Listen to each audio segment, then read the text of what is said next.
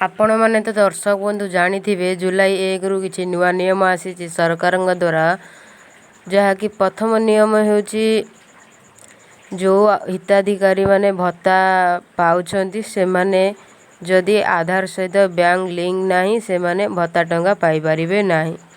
एथिपाई अनेक लोक असुविधार सम्मुखीन हेबाकु पड़ुची। तेणु ए वीडियो रे मु आपनको शिखेबी आधार कार्ड सहित बैंक अकाउंट केंदी लिंक करेंगे। तापर आ गोटे वीडियो आसीबो आ गोटे सूचना भी द्वितीय सूचना सरकार द्वारा आसी जो माने गैस ई-केवाईसी करना से मानकु सब्सिडी पैसा 300 टका जो दिया जाउथेला ताहा आउ मिलिबो नाही।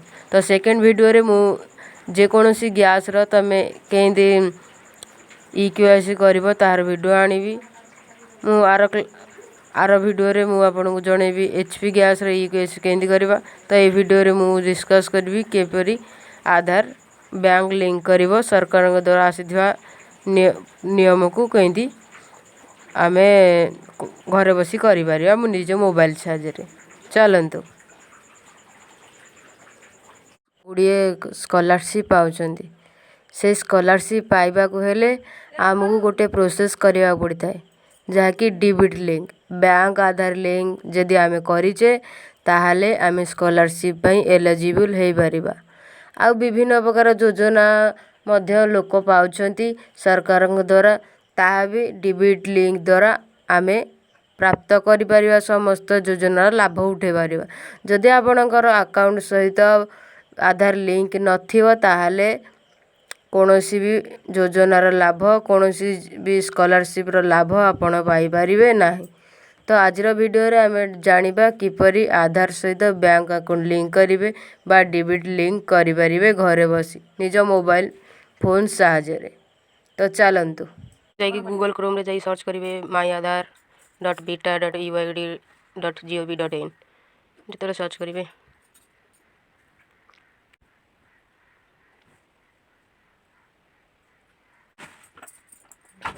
बैंक सेटिंग स्टेटस ऊपर क्लिक करंतु।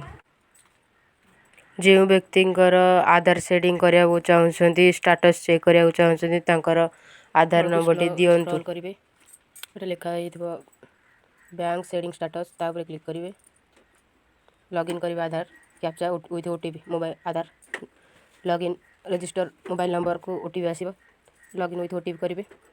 जेतेले आपण बैंक सेटिंग ऊपर लॉगिन करी जेतेले बैंक सेटिंग स्टेटस ऊपर क्लिक करिवे किछि एमितिया इंटरफेस आसीबो सेठी सब लिखा जायथिबो जदि पूर्वरु तमरो और सब किछि हेजी आधार नंबर लिखा जायथिबो बैंक नेम लिखा जायथिबो आधार स्टेटिंग एक्टिव ना डी एक्टिव लिखा जायथिबो लास्ट अपडेटेड डेट केबे अपडेटेड डेट करा हैतला केबे करा हैतला एटा एनपीसीआई द्वारा करा हैछि। चापर दिबा आमे केमिति लिंक करबा जदि एठी डीएक्टिव लिखा जायथिबो कोनोसी बैंक नेम लिखा जाय नथिबो जदि चलो रे जाई सर्च करिवे एनपीसीआई मु सर्च कर दोजी एनपीसीआई प्रथम लिंक टा आसला हरी क्लिक कर दवा करिवे से तार इंटरफेस किछि एमिति आसीबो। आपणकर काम होची कंज्यूमर नंबर एठी गोटे ऑप्शन टे थिबो कंज्यूमर नंबर ता ऊपर क्लिक करिवे जदि शो करूनी आउ थरे मु देखै दउची एठी गोटे कंज्यूमर थिबो सेही कंज्यूमर ऊपर क्लिक करिवे ओके जेते बेले आपण मु क्लिक करी देखौची कंज्यूमर ऊपर क्लिक करिया परे आपण को एमिति किछि इंटरफेस आसीबो आपण कोठी क्लिक करिवे ना भारत आधार सेटिंग एनेबल एबीएसी ऊपर क्लिक करिवे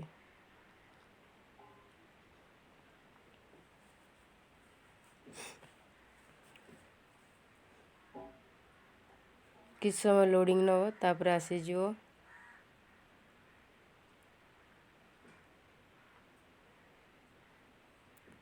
एठी आसिला हरी आपण काम होची आपण कोठी क्लिक करिवे आधार सेडिंग और डिसेडिंग उपरे क्लिक करेंगे। जिते आधार सेडिंग और डिसेडिंग उपरे क्लिक करेंगे आपन को किसी एमितिया इंटरफेस आसीज। देखंतु जदि तुम एठी गोटे दिया जाइथिबो टाइम होचे 8 मिनिट ऊपर टाइम चलू 8 मिनिट तेणु यह एक्सपायर हो तेणु जल्दी जल्दी करवा 8 मिनिट भितर तुमको करा पड़ो। ये तुम आधार सब डिटेल्स दब ये आधार डिटेल्स आधार नंबरटा देदेव। जदि सेटिंग कराया चाहो को बैंक रे ताले सेटिंग उपर क्लिक करियो। बैंक रे लिंक कराया चाहो आधार बैंक लिंक कराया चाहो सेटिंग उपर क्लिक करियो। जदि डिसेडिंग कराया चाहो कौन बैंक रु पूर्वर सेटिंग अच्छे तुम डिसेडिंग कराया चाहो डिसेडिंग उपर क्लिक करियो। तापरे सिलेक्ट योर बैंक जदि आपण बैंक अच्छी ताहले एठी आपण सिलेक्ट करि परिबे। जो भी बैंक अच्छी बैंक ऑफ इंडिया अच्छी बैंक ऑफ बरोडा सबू जहाँ भी अच्छी ये अच्छी कनाडा बैंक अच्छी एसबीआई भी थी एचडीएफसी एलटीडी इन सबू बैंक अच्छी ये। यदि आपणकर स्टेट बैंक ऑफ इंडिया ताहले सर्च कर दे ज़्यादा अधिकांश एयरटेल पेमेंट बैंक भी अच्छी नहीं सर्च करिवार कौन से ऑप्शन नहीं तेणु आमे देखिबा।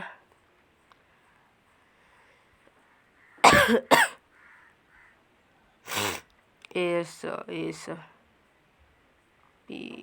S state bank of India अच्छी देखंतु ये स्टेट बैंक यूनियन बैंक मध्य मिल जीवो। जेकोसी बैंक आपण तार प्रथम लेटरटा जानीदेवे ताकू इको बैंक अच्छी यूनियन बैंक ऑफ इंडिया अच्छी ताकू आपण जानी पारिबे। ओके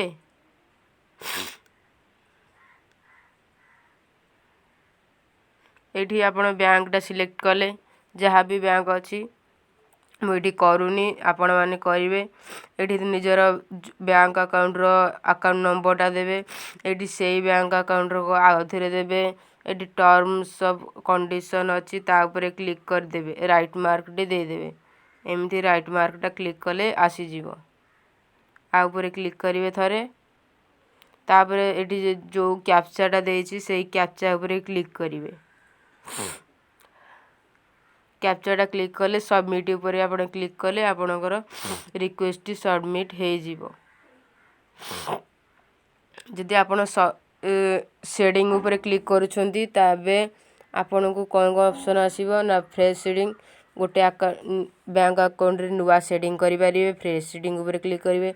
जदि movement same bank with another account गोटे बैंक रे दीटा अकाउंट अच्छी दीटा आपणकर अकाउंट अच्छी गोटे बैंक रे शेडिंग अच्छी आ गोटे खाता रे शेडिंग अच्छी गोटे बैंक रे दीटा खाता गोटे खाता रे शेडिंग अच्छी। जदि सेम बैंक रो आ गोटे खाता को शेडिंग करिया चाहछंती आ ऊपर क्लिक करिवे।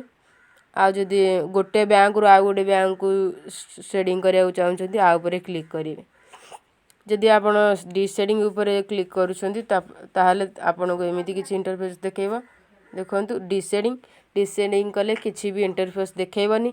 जो बैंक रे आपणकर शेडिंग थिला बा लिंक थिला आधार बैंक लिंक थिला सेटा कटि जीवो आ लिंक हबो नै आ गोटे बैंक सहित आपण शेडिंग करी नुआ करि परिबे। तो सब डिटेल्स कहि चाली सबमिट ऊपर क्लिक कले सडन हो जिवो आपणकर कोनोसी असुविधा हेबो नाही। जदि असुविधा होची कमेंट सेक्शन में लिखिबे। सबमिट ऊपर क्लिक कला परे आपण किछि भी टाइम नबनी सडन सेटिंग हो जिवो। तो वीडियोटी भल लागिछि जदि चैनल को सब्सक्राइब करंतु आउ वीडियो गोटे लाइक कर दियंतु यार। तुम पे के परिश्रम करूची मु डेली गोटे गोटे वीडियो आणुची तो लाइक तो बनता है ना। ओके रोजी वीडियोटी भल लागिथिले अन्य मानक सहित शेयर करिवो। Thank you. जिते बेले आपण रिक्वेस्ट स्टेटस चेक ऊपर क्लिक करेंगे जिते सेटिंग कर सारे आधार सेटिंग एंड डिसेडिंग ऊपर क्लिक करिकी रिक्वेस्ट स्टेटस चेक ऊपर क्लिक करके आपण कौन करथिले सेटिंग ना डिसेडिंग तार रिक्वेस्ट चेक करि परिबे केबे करथिले डेटा आसी जिवो तापर गोटे रेफरेन्स नंबरटी दि जाइथिबो ताकू एठी लिखिदेवे। कैप्चाटाକୁ लिखिकी चेक स्टाटस उपर क्लिक कले स्टाटस टी चेक हो जिवो। आउ ऑप्शन आधार मैपिंग हिस्ट्री मध्य देखि पारिबे।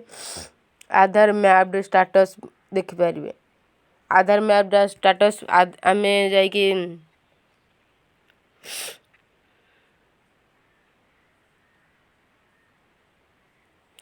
आधार मैप्ड स्टाटस आमे जाइकी यूआईडी रे चेक करथिले एठी भी चेक करि पारिबे। तो रहुची आउ किछि इन्फॉर्मेशन भाबिले एठी अछि बेले आपनको देई देबी। तो कोनोसी असुविधा रे पड़िबेनी। रहुची धन्यवाद।